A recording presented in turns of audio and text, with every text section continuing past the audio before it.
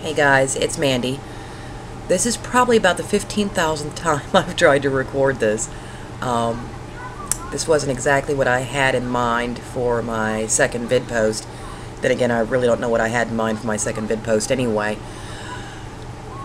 I couldn't do this as a regular post. I actually tried last night, and I came out sounding like an illiterate drunk on a 2-day binge.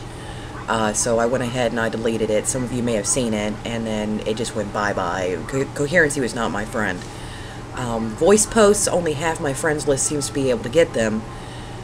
So this seemed the best option. This month has been an ignorant month. It seems that Passport, which is my children's health insurance,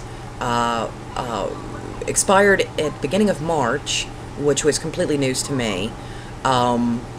And since nobody bothered to even inform me, I now have a dental bill coming my way for my eldest, and I've had to cancel appointments for my eldest's doctor, regular checkup, and my youngest, I had to cancel his dental appointment. So I have to spend the next week chasing down whichever 5 or 6 caseworkers this has bounced amongst for the last year. I thought they were covered until June. It turns out that I was incorrect. So if they did send any information, we are now seeing the trickle down from the post office problem we had. It's now finally hitting full force. To top it all off, yesterday my husband had an accident, and it turns out he really managed to damage himself. I should have really gotten my clue when he was limping and saying that it actually hurts, because this is a man who broke his hand right here and worked on it for 4 hours until he could no longer do this, and didn't really complain. It all kind of came to a head around 7:30, 8 o'clock, when his foot hurt so bad. It was just ridiculous, and I'm trying to check on him every 15 to 20 minutes, keep dinner rolling, which was late, and at the same time watch 2 little kids who are bouncing because they realize something's going on and they aren't really sure what, but you know, they've got this whole jittery thing going on, which really wasn't helping at the time. So he makes a phone call to a friend of ours, and I thought maybe, okay, finally he's going to go to an emergency room, which I've been suggesting for the last 2 hours. And it turns out that's what he was going to be doing, but he didn't ask his friend to drop by and help. I already see where the night's going, so I went ahead and I called into work, gave them the basics, and said, you know, my husband's going to an emergency room. I don't know what's going to be happening beyond this point, but I have 2 small children, and I don't foresee me coming in tonight. I already know this is going to be a problem because we have a Q&A coming in, and everybody's hysterical over stupid stuff, but there really wasn't much I can do. I mean, you know, my husband did major damage to his foot, and there's not, you know, there's no way for me to control that. Work says no problem. I'm like, well, Ty's on tonight. He's houseman, so maybe he'll actually be able to do the audit.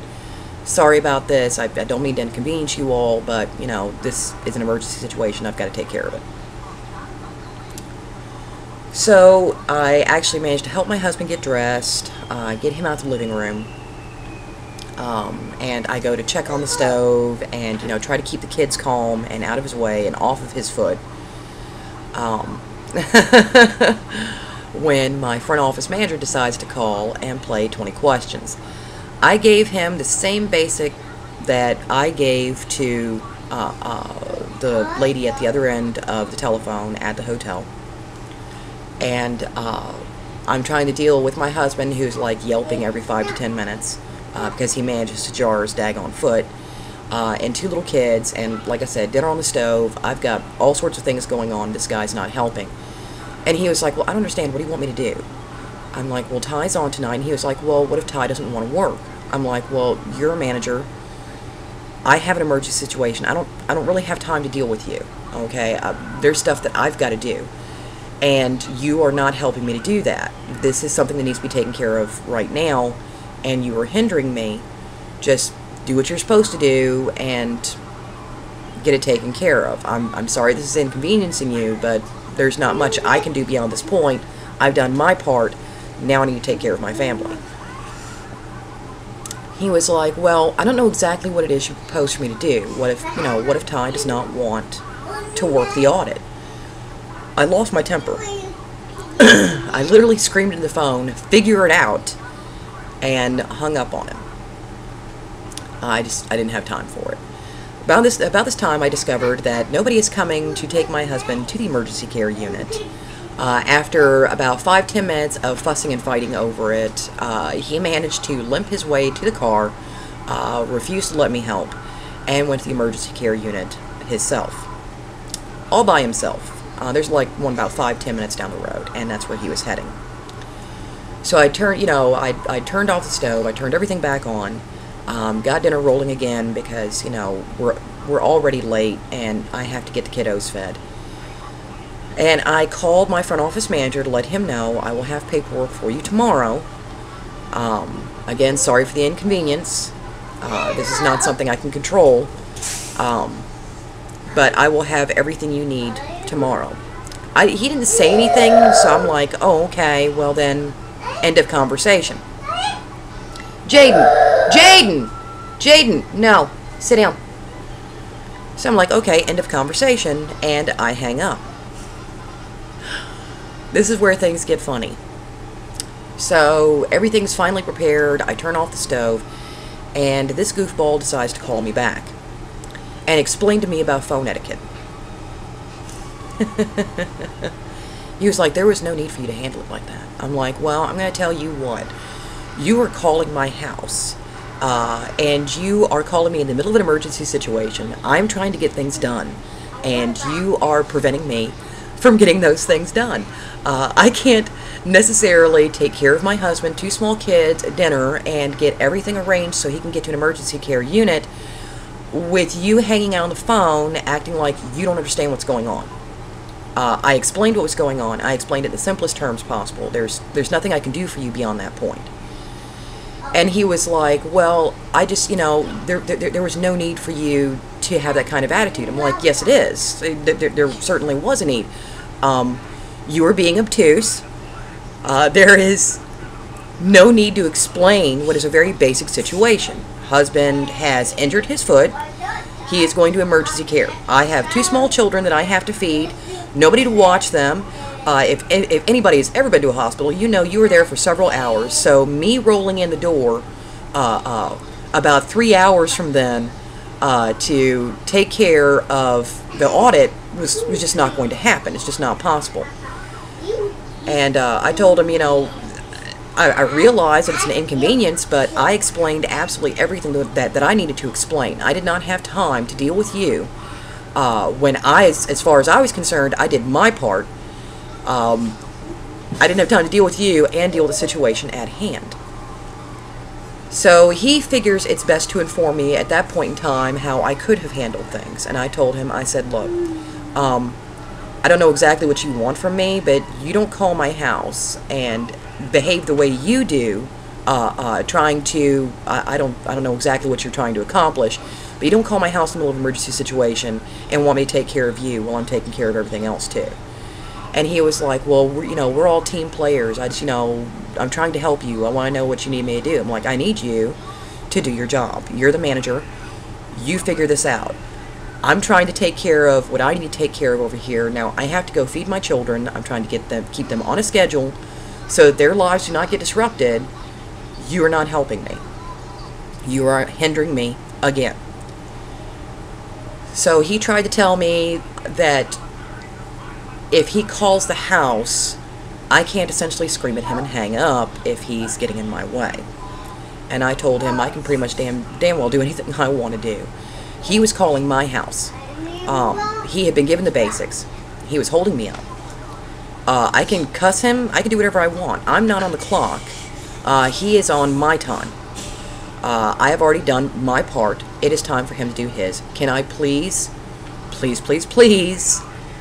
feed my children? I literally had to beg this man to get off the phone just so I could feed the kids.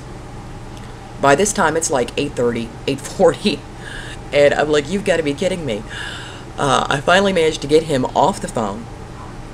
My next phone call was to my GM's voicemail, where I laid out the whole entire situation as it had been happening, and let her know that she just may have to have a talk with my front office manager, whose idea of a good time is to call in the middle of an emergency and, I guess, try to assert his authority with me. I'm not really sure exactly what he was trying to do, but he certainly wasn't trying to help. During this time, my poor husband went to the emergency care unit and got turned away because he didn't have a credit card.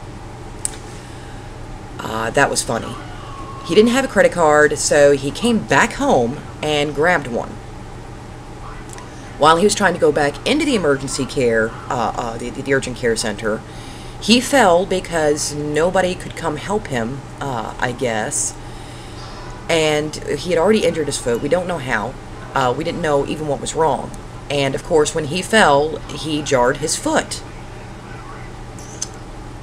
So he was like, well, fuck, okay? I mean, so he gets in and they tell him they're not going to take care of him because he cussed the front receptionist, who, by the way, wasn't even out there. We already know what this is about. He fell in their parking lot because they're a bunch of incompetent idiots. And they just didn't want to have to deal with him after that point.